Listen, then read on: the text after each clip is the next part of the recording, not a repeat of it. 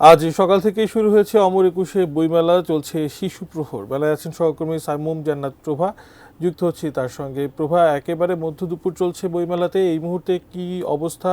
শিশু প্রহরে কতজন শিশু কিশোর আসলেন? সার্বিকভাবে বইমেলাতে জনসমাগম কেমন? বইমেলা প্রাঙ্গণ থেকে আন্তর্জাতিক মাতৃভাষা দিবসের শুভেচ্ছা জানাচ্ছি। আজকে বইমেলার ২১তম দিন এবং ২১শে ফেব্রুয়ারি মহান শহীদ দিবস। আজকে কিন্তু বইমেলাতে প্রতিবারের মতোই এবারের বইমেলাতেও রয়েছে শিশু চত্বর। এখানে এবারের বইমেলাতে ৭৪টি প্রকাশনা প্রতিষ্ঠানের ২০৮টি ইউনিট এখানে রয়েছে।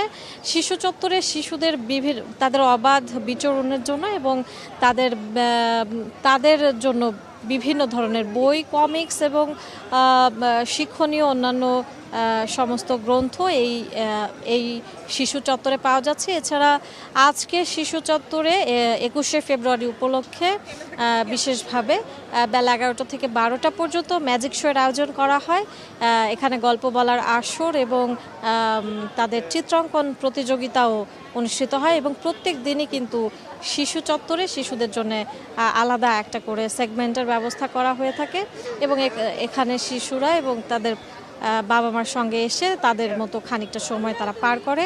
দর্শক, আজকে শিশু চত্বরে আমরা এখন কথা বলবো একজন ক্ষুদে দর্শনার্থীর সঙ্গে। আমরা জানবো সে কেন বইমেলাতে এসেছে এবং তার অনুভূতি কেমন, সে কি বই কিনলো।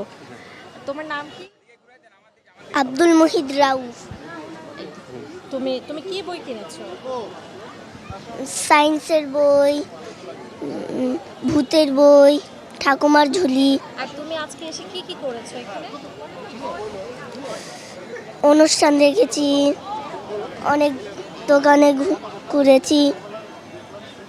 অনুষ্ঠানে কি দেখেছো? তোমার কেমন লেগেছে? অনেক ভালো। ঠিক আছে, থ্যাংক ইউ।